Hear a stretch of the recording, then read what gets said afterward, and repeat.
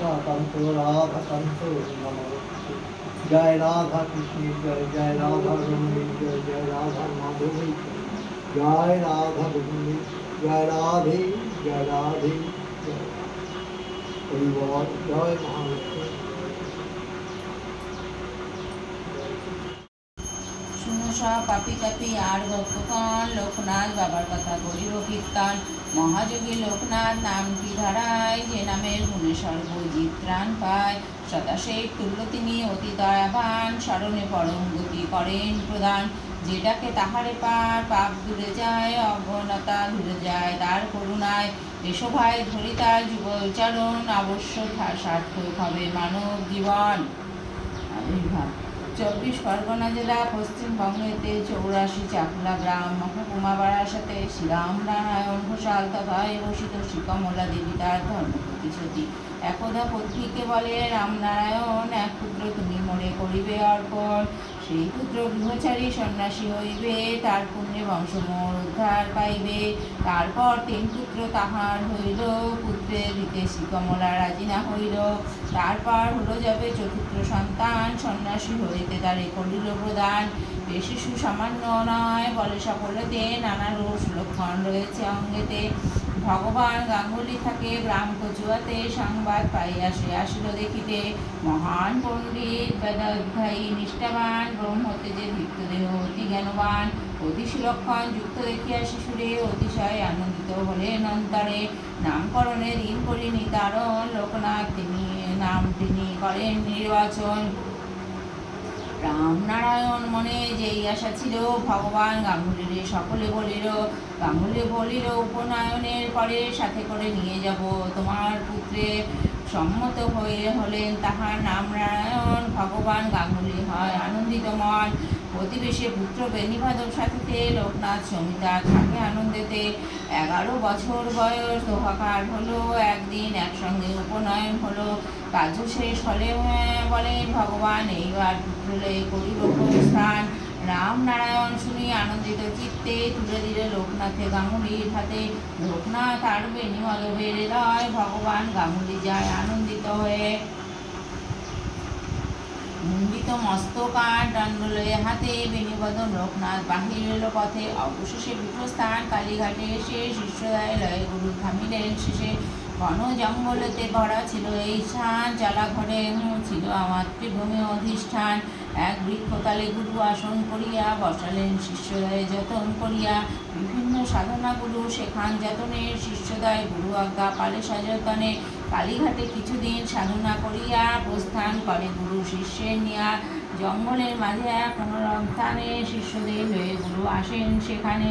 নম্রব্রত এই স্থানে আরম্ভ যে হয়, সারাদিন উপবাস রাত্রে শুধু খায়। গুরুদেব ভিক্ষা করি ভগবানের, সিদ্ধ করি শিষ্যদের খাওয়ান যতনে। এখন তারা হত হেবে কইল আরম্ভন, একদিন পরে মাত্র আহার গ্রহণ।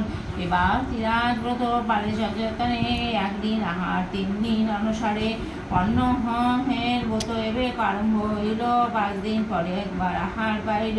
পঞ্চায়ের ব্রত করে গুরুর আদেশে, এক পক্ষ পরে একদিন খায় শেষে।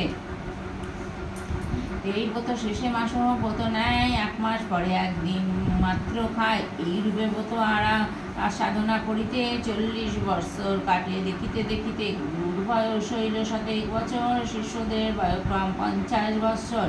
দ্বিতীয় মাস ব্রত এবে শুরু হয়, 2 মাস পরে মাত্র একবার খায়। পূর্বজন্ম স্মৃতি তাহাই লোকনাথ পায়, জাতিস্বর হইলেন গুরুর কৃপায়। অতঃপর গুরু তার শিষ্যদয় লয়ে সাধনা জন্য আসিলেন হিমালয়ে। বরফে আবৃত সেই পর্বত শিখরে, বসালেন শিষ্যদয়ে সাধনার তরে।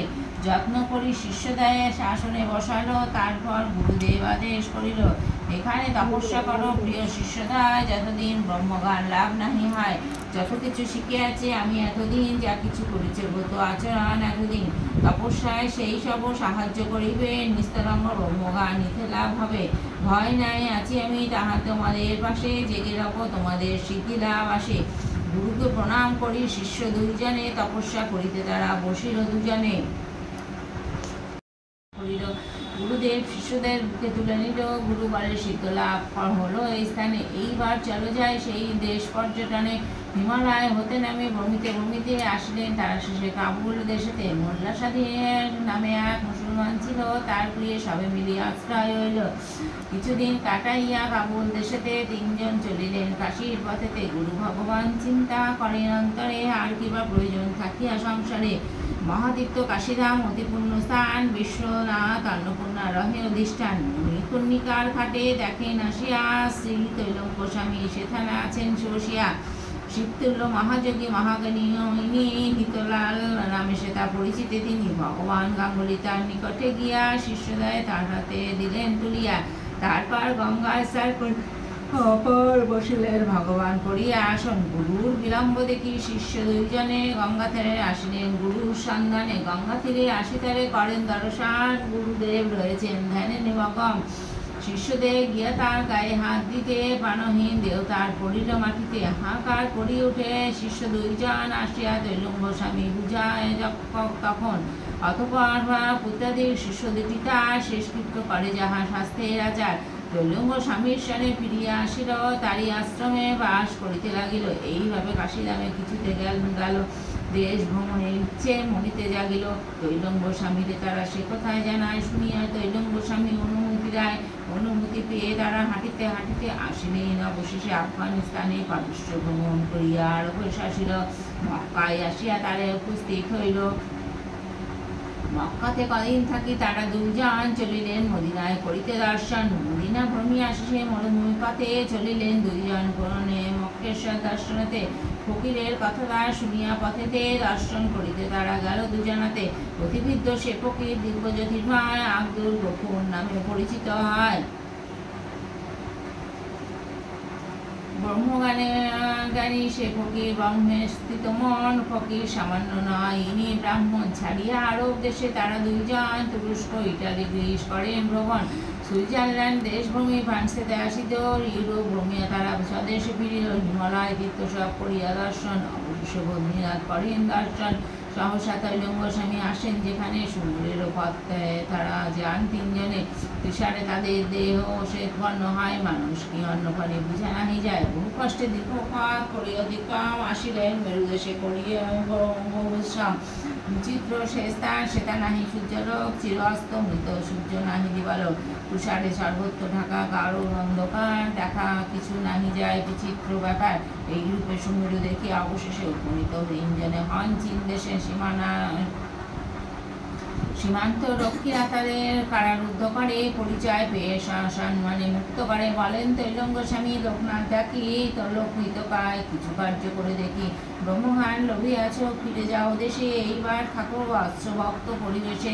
বেণী মাধবে লয়ে করো হয়ে গমন, যাবো আমি পূর্বাচলে করিতে ভ্রমণ। তৈলঙ্গ স্বামীকে তারা প্রণাম করিল, চন্দ্রনাথ পাহাড়েতে আসিয়া উঠিল।